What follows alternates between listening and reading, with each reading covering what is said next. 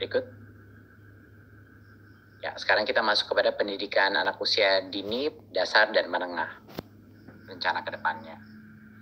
Seperti yang saya telah informasikan sebelumnya, tahun ajaran 2020 dan 2021 itu tidak berubah jadwalnya, tetap saja pada bulan Juli 2020, ya. Tapi jadwal itu tidak berdampak kepada metode apa pembelajaran yang ada, maupun daring ataupun tatap muka.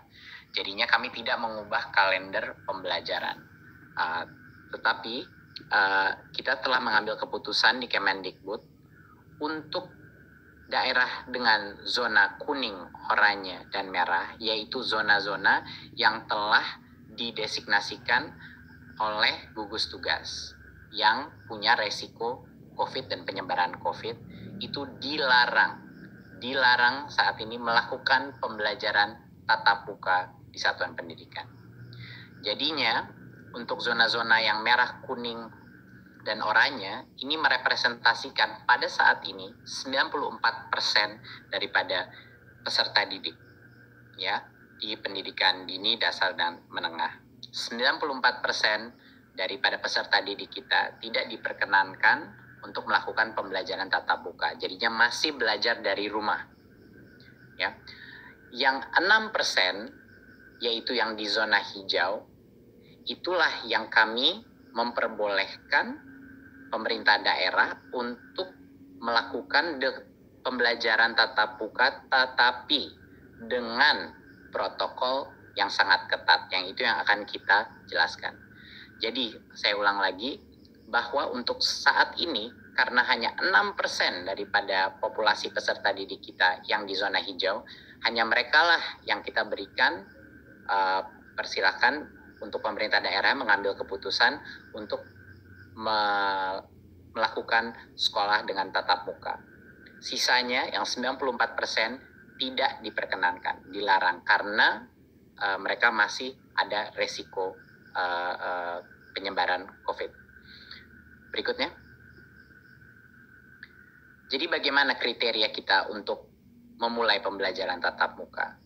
Tentunya dari seperti yang saya paparkan tadi, pertama harus zona hijau, dan itu penetapannya ada di gugus tugas, dan nanti akan diperjelaskan juga dengan kepala gugus tugas apa yang dimaksudkan zona hijau, kuning, dan oranye. Jadi pertama, kabupaten kota itu harus zona hijau. Kedua, Pemda harus memberikan izin, jadi Pemdanya pun harus setuju. Dan yang ketiga, satuan pendidikan telah memenuhi, yaitu sekolahnya telah memenuhi semua checklist dan yang checklist daripada persiapan pembelajaran tatap muka. Pada saat ini semua tiga langkah pertama untuk kriteria pembukaan, sekolahnya boleh mulai pembelajaran tatap muka. Tapi ada satu lagi perizinan yang harus dipenuhi, yaitu orang tuanya murid pun harus setuju untuk anaknya mereka pergi ke sekolah pada saat itu. Jadinya misalnya zona itu sudah zona hijau, Pemda sudah mengizinkan, dan satuan pendidikan itu sudah memenuhi checklistnya, sekolahnya boleh mulai pembelajaran tatap muka, tetapi tidak bisa memaksa murid yang orang tuanya tidak memperkenankan untuk pergi ke sekolah karena masih belum cukup merasa aman untuk harus ke sekolah. Jadi murid itu pun walaupun sekolahnya mulai tatap muka, kalau orang tuanya masih tidak merasa nyaman, murid itu diperbolehkan masih belajar dari rumah. Jadi itu penting. Kita punya banyak sekali level persetujuan untuk anak atau peserta didik itu bisa masuk ke sekolah. Ya, sekali lagi ini hanya yang zona hijau yang merepresentasikan 6% daripada populasi peserta didik kita. Dan zona hijau ini bisa semakin besar, bisa semakin kecil, tergantung pada designasi daripada gugus tugas. Berikutnya. Untuk sekolah yang sudah memenuhi semua checklist itu pun, yang di zona hijau, kita melakukan piring daripada mana jenjang yang boleh masuk dulu. Ya. Jadinya untuk bulan pertama, pada saat itu checklist sudah terpenuhi, hanya diperkenankan SMA, SMK, dan SMP. Jadi hanya yang level lebih menengah situ. Jadi SD saat ini belum boleh dipersilakan membuka, harus menunggu 2 bulan lagi. Ya, jadinya untuk yang paling awal pun hanya level SMP ke atas yang boleh. Baru setelah 2 bulan kalau semuanya masih oke dan semua masih hijau, baru boleh SD dan SLB yang mulai dibuka. Ya. Mungkin saya koreksi, untuk yang tahap 1 adalah SMA, SMK, MA, MAK, SMTK, SMK, dan lain-lain. Ya. Untuk tahap 2, 2 bulan setelah itu baru boleh SD, ya, MI, dan paket dan SLB. PAUD adalah yang paling terakhir dan baru boleh di bulan kelima kalau zona itu masih hijau. Ya, bulan kelima barulah PAUD boleh memulai belajar dengan tatap muka. Dan kami telah mendapat berbagai macam masukan dan input dari berbagai macam stakeholder dalam masyarakat, dan menurut kami ini adalah cara yang paling pelan dan bertahap untuk memastikan keamanan murid-murid kami. Karena kenapa yang paling muda atau jenjang paling bawah itu kita terakhirkan, itu karena bagi mereka lebih sulit lagi untuk melakukan social distancing, ya, interaksi, apalagi untuk SD dan untuk PAUD. Makanya bahkan itu tempat zona itu sudah hijau, masih kita berikan rentan waktu 2 bulan antara SMP SMA, baru 2 bulan lagi baru SD, baru 2 bulan lagi baru PAUD. Ya. Berikutnya, apa yang terjadi sebentar, bisa balik sebelumnya. Mohon dimengerti bahwa pada saat zona hijau itu, kalau zona hijau itu berubah menjadi zona kuning, itu artinya proses ini diulang lagi dari nol. Jadi tidak diperbolehkan belajar tatap muka. Ya, jadi semuanya harus balik lagi belajar dari rumah. Ya, berikutnya. Ya, untuk sekolah dan madrasah yang berasrama, kalau mereka di zona hijau, pada saat ini masih dilarang membuka asrama dan melakukan pembelajaran tatap muka. Pada saat selama masa transisi atau 2 bulan pertama ini masih dilarang karena resikonya lebih rentan karena ada asramanya. Ya, jadi pembukaan asrama dan pembelajaran tatap muka dilakukan secara bertahap pada saat masa kebiasaan baru atau new normalnya. Jadi ini pun ada spesial eksepsi untuk yang berasrama. Berikutnya. Tadi saya sudah mention bahwa akan ada checklist untuk setiap unit pendidikan kita sebelum mereka boleh memulai sekolah tatap muka lagi. Dan checklist itu adalah tentunya yang pertama, ketersediaan sarana sanitasi dan kebersihan seperti toilet, sarana cuci tangan, hand sanitizer, dan lain-lain. Dan yang kedua adalah ada akses ke fasilitas layanan kesehatan di sekitarnya, itu sangat penting. Ketiga adalah wajib memakai masker, ya. Dan keempat, termogan untuk mengecek temperatur suhu siswa dan guru yang masuk. Dan yang kelima adalah beberapa aturan atau protokol kesehatan mengenai kalau ada peserta didik yang mungkin punya kondisi medis atau lagi sakit, itu tidak diperkenankan untuk masuk. Bahkan kalau keluarganya ada yang sakit atau flu, anak itu tidak diperkenankan masuk. Dan guru dan orang tua yang punya resiko komorbiditas juga sebaiknya tidak masuk dulu ke sekolah, ya, apakah itu diabetes atau hipertensi dan lain-lain komorbiditasnya, ya. Dan yang terakhir adalah checklist yang terakhir, harus ada kesepakatan dengan komite satuan pendidikan, ya, untuk melakukan pembelajaran tatap muka. Jadinya harus ada komunitas persetujuan musyawarah bahwa sekolah itu terbuka. Dan itu akan kita masukkan sebagai bagian dari checklist ini. Jadinya banyak sekali checklistnya untuk bisa memulai pembelajaran tatap muka. Protokol ini sesuai dengan protokol kesehatan yang kami dapatkan dari Kemenkes, dan kami bekerja sama dengan Kemenkes untuk memastikan protokol kesehatan ini sudah align atau dengan arah yang sama dengan standar Kementerian Kesehatan. Dan kami juga ingin memastikan bahwa satuan pendidikan ini melakukan persiapan dengan Dinas Pendidikan dan Kanwil kantor Kemenak juga ya di masing-masing. Walaupun mereka belum zona hijau, tapi sebaiknya untuk mengerti protokol ini dan untuk preparasi sebaiknya dimulai dari sekarang untuk berkoordinasi untuk persiapannya. Berikut. Ya. Jadi salah satu hal yang terpenting tadi kita sudah mention mengenai masa transisi.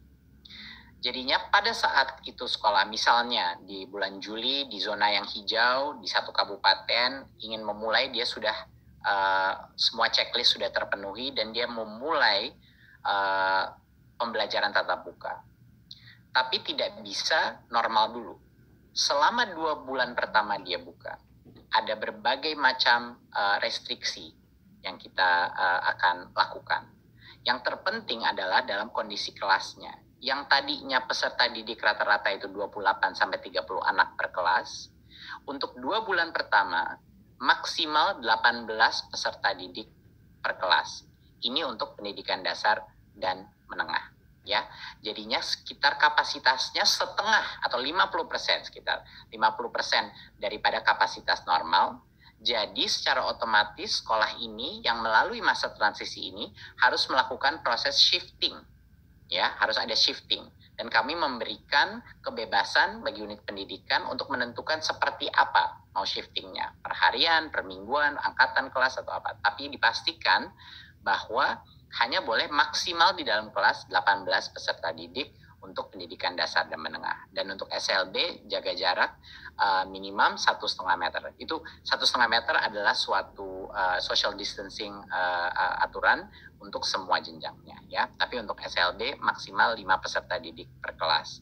Dan PAUD jaga jarak 3 meter dan maksimal 5 peserta didik per kelas. Itu pun pada saat kalau PAUD kan masih sampai tercepat pun baru 5 bulan dari sekarang di zona yang hijau. Dan jadwal pembelajarannya seperti yang saya sudah bilang tadi, itu ditentukan oleh masing-masing satuan pendidikan sesuai dengan situasi dan kebutuhannya. Ya, jadi walaupun masuk sekolah kapasitas pun dibagi ya, jadi sekitar 50% kapasitas yang diperbolehkan masuk. Dan ini selama 2 bulan pertama. Ya, baru setelah 2 bulan masih hijau, tidak ada masalah, sudah benar-benar mengenal protokol yang baru boleh new normal, di mana lebih banyak peserta yang boleh masuk sekolah. Berikutnya. Oke. Tentunya ada beberapa lagi, tentunya menggunakan masker itu masih pada saat masa transisi dan akan dilanjutkan pada saat masa new normal, bahkan setelah 2 bulan pun masih harus. Dan juga kondisi-kondisi lain seperti komorbiditas dan kriteria kesehatan, protokol kesehatan dari Kemenkes semuanya harus dijaga. Berikutnya. Berikut. Ya. Pada saat masa transisi ini, semua aktivitas di mana anak-anak itu bercampur, berinteraksi antara kelas, itu tidak diperbolehkan. Jadi selama masa transisi ini, hanya boleh masuk ke kelas langsung pulang. Jadinya aktivitas seperti kantin, di mana anak-anak dari berbagai macam kelas berkumpul, itu tidak diperkenankan selama 2 bulan pertama. Juga kegiatan olahraga dan ekstrakurikuler itu belum diperbolehkan selama masa transisi. Ya, dan aktivitas-aktivitas lain, kegiatan belajar mengajar seperti KBM itu belum diperbolehkan pada saat masa transisi. Jadi esensinya adalah prinsipnya apapun aktivitas-aktivitas yang perkumpulan sifatnya atau yang mencampur antara satu kelas dan kelas lain itu belum diperbolehkan dalam masa transisi ini. Berikut. Ya. Jadi selama masa COVID ini, kami di Kemendikbud ini adalah suatu kebijakan yang telah kita keluarkan sebelumnya, tapi ini sekedar mengingatkan bahwa kami sudah membuka seluruh dana BOS untuk semua kebutuhan protokol kesehatan seperti cairan, sabun pembersih, pembasmi kuman, dan lain-lain. Dan untuk pembelajaran jarak jauh pun juga bisa dipergunakan untuk beli kuota, paket data, baik buat guru maupun peserta didik. Dari sisi pembayaran honor pun yang sebelumnya ada berbagai macam restriksi, ya, kami telah merelaksasi penggunaan honor dari BOS juga untuk menggunakan pembayaran guru honorer yang tercatat di Dapodik, ya, yang tadinya butuh NUPTK sekarang tidak butuh NUPTK untuk menerima, karena dalam kondisi krisis ini harus diberikan fleksibilitas karena kesejahteraan guru terutama di situasi di mana ekonomi ini sangat menurun, ini sangat penting, ya. Dan juga yang tadinya ada batas 50% daripada dana BOS bisa digunakan untuk perbayaran honor, ketentuan itu pada saat masa COVID ini kita lepas. Jadinya boleh lebih dari 50% untuk dibayar untuk honor karena situasi ekonomi juga. Berikutnya.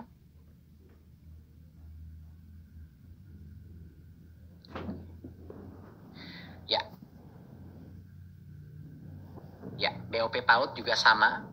Ya, alokasinya bisa digunakan untuk berbagai macam pembelajaran jarak jauh maupun juga untuk protokol kesehatan.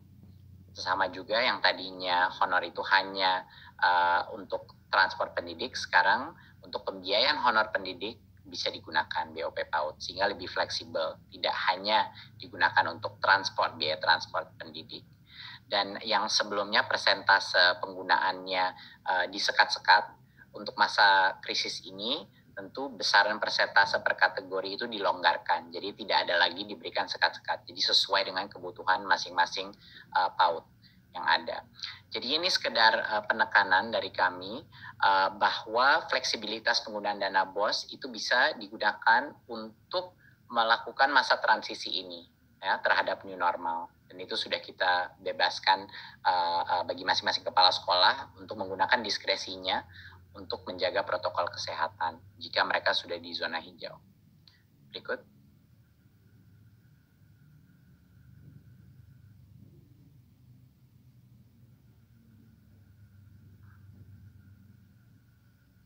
Oke. Sedikit mengenai pendidikan tinggi.